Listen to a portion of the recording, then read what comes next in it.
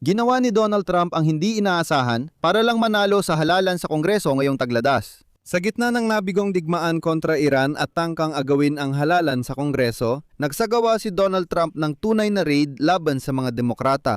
Ipinahayag ni Donald Trump ang panibagong laban kontra pandaraya sa mga estadong kontrolado ng mga demokrata at itinalaga si J.D. Vance bilang leader ng kampanya. Kaagad nagsagawa ng armadong raid ang mga awtoridad ni Trump sa lahat ng tinaguriang asul na estado. Gamit ang paraang ito, gusto ni Trump linisin ang halalan sa mga demokratikong estado bago ang midterm election sa Kongreso ngayong Nobyembre. Agad inihayag ng mga awtoridad ang unang serye ng pag-aresto sa California, ngunit ang listahan ng mga estado na mangyayari ito ay personal na binanggit ni Trump. Ako si Alexei Pechi, pag-usapan natin ng magkasama ang paksang ito. Pero bago tayo magsimula, hinihiling ko na mag-subscribe tayo sa channel, mag-like at mag-iwan ng kahit anong komento.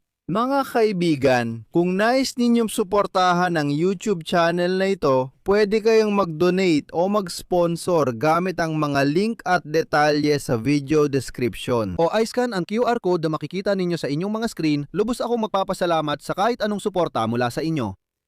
Ipapaalala ko na kamakailan pumirma si Donald Trump ng kautusan na naglilimita sa pagboto sa Koreo sa midterm elections sa Nobyembre ng taong 26.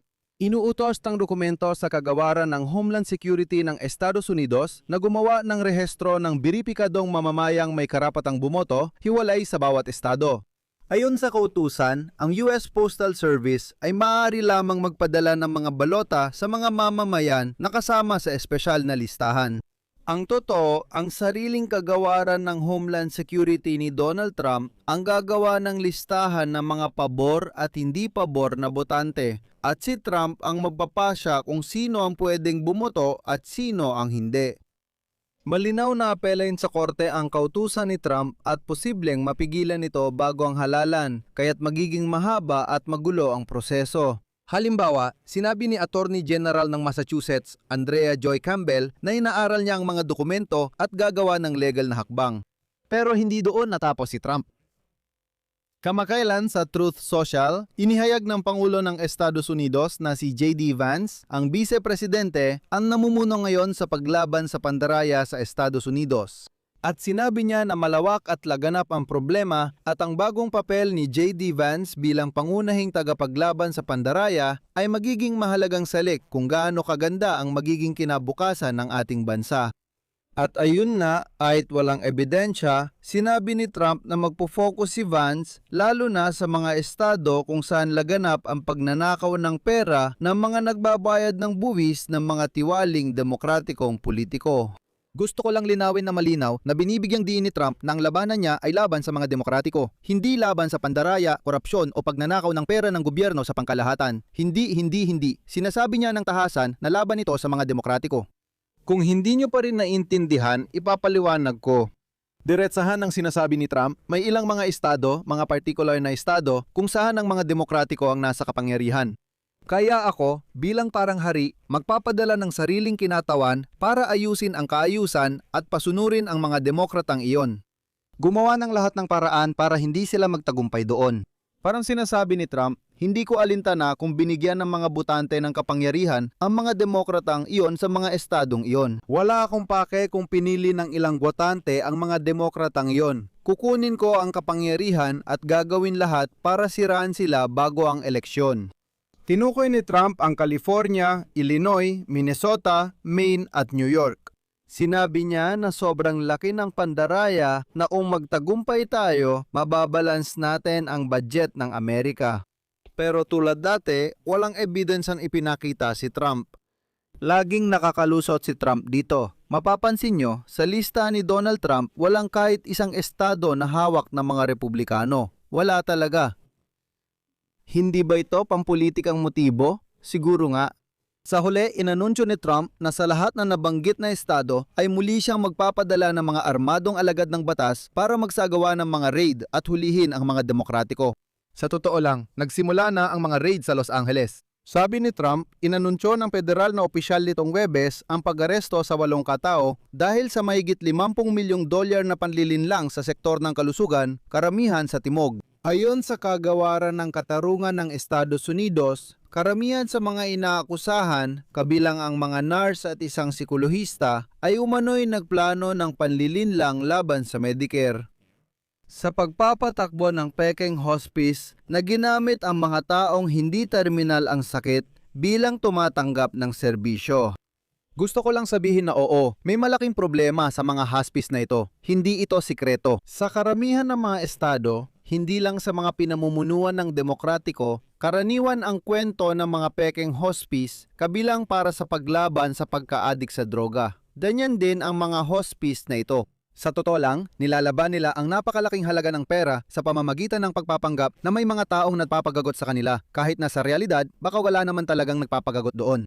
At lahat ng ito ay nangyayari kasabay ng nagpapatuloy na digmaan ng Estados Unidos laban sa Iran na sa unang 6 na araw, ito ay opisyal na unang 6 na araw, pagkatapos, sa totoo lang, hindi na inilabas ang mga numero, ang digmaan ay gumastos ng $13 bilyong sa loob ng 6 na araw.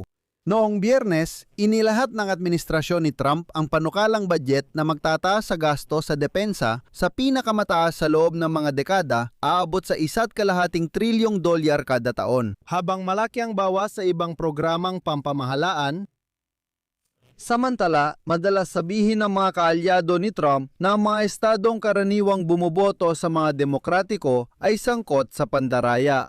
Ngayon, ito na ang kanyang palatandaan. Kung ang isang estado ay bumuto para sa mga demokratiko, ibig sabihin ay siguradong may pandaraya doon.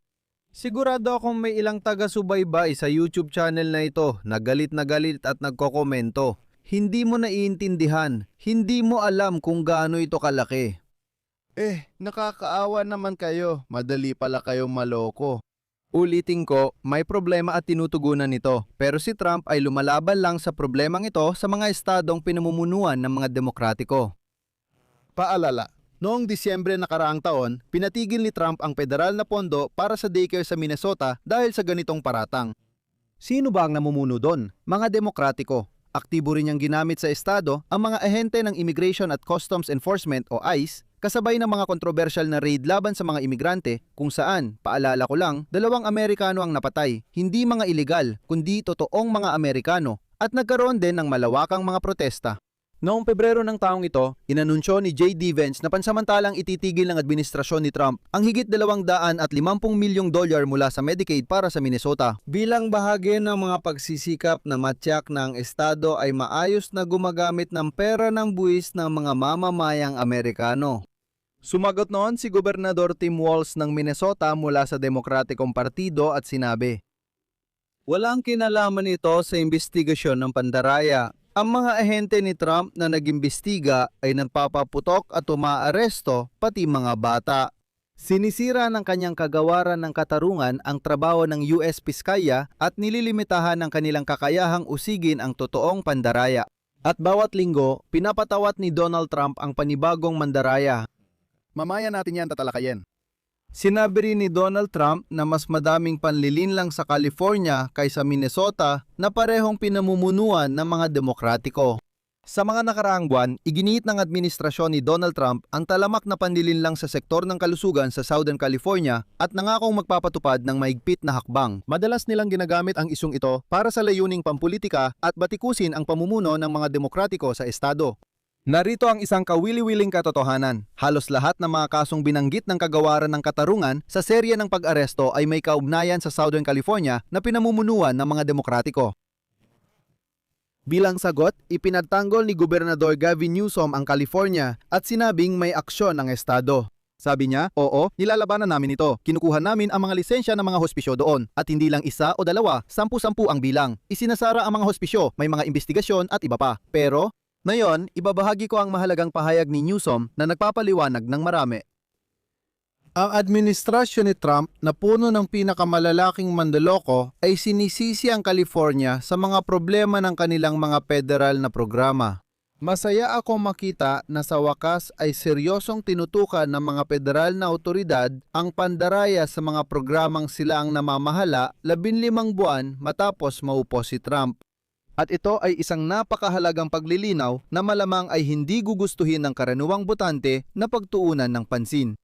Ang totoo, lahat ng mga paratang mula kay Donald Trump ngayon ay tungkol sa mga programang hindi naman pinamumunuan ng mga estado mismo o ng mga autoridad ng estado. Ito ay saklaw talaga ng federal na pamahalaan. Pinamununuan ng federal na pamahalaan ang mga programa, pero si Trump, sasabihin na lang niyang ang mga demokrata sa estadong ito ang may kasalanan dahil hindi naman ito susuriin ng botante. Хотя они не причастны к этому. At isa pang mahalaga, hanggang ngayon, wala pa ni isa sa mga malalaking pahayag ni Trump ang umabot sa korte. Lahat ay puro salita lang. Bukod pa dyan, sobrang aktibo ni Trump sa paglaban sa mga demokrata na ayon sa kanya, puro mandaraya daw. Pero heto ang isang napaka-interesantang katotohanan. Mula nang bumalik si Donald Trump bilang presidente noong Enero ng nakaraang taon, pinatawad niya ang 12-12 ng tao na nahatulan dahil sa mga krimeng pang-ekonomiya. Kabilang na ang ilan na nahatulan dahil sa mismong pandaraya. Sa tingin ko, kailangan nating pag-isipan ito. Dito ko ilalagay ang 3 tuldok, ibahagi ang inyong opinyon at mga konklusyon sa mga komento sa ilalim ng episode na ito. Mag-subscribe sa channel, pindutin ang kampanilya at huwag kalimutang mag-like. Mag-subscribe din kayo sa Telegram channel kong Pechi News. Nasa video description ng link. Nasa description din ang lahat ng paraan kung paano ninyo maaring suportahan ang channel na ito sa YouTube. Lubos akong magpapasalamat sa inyo para dito. Yun lang po, ingatan ninyo ang inyong sarili. Paalam sa lahat.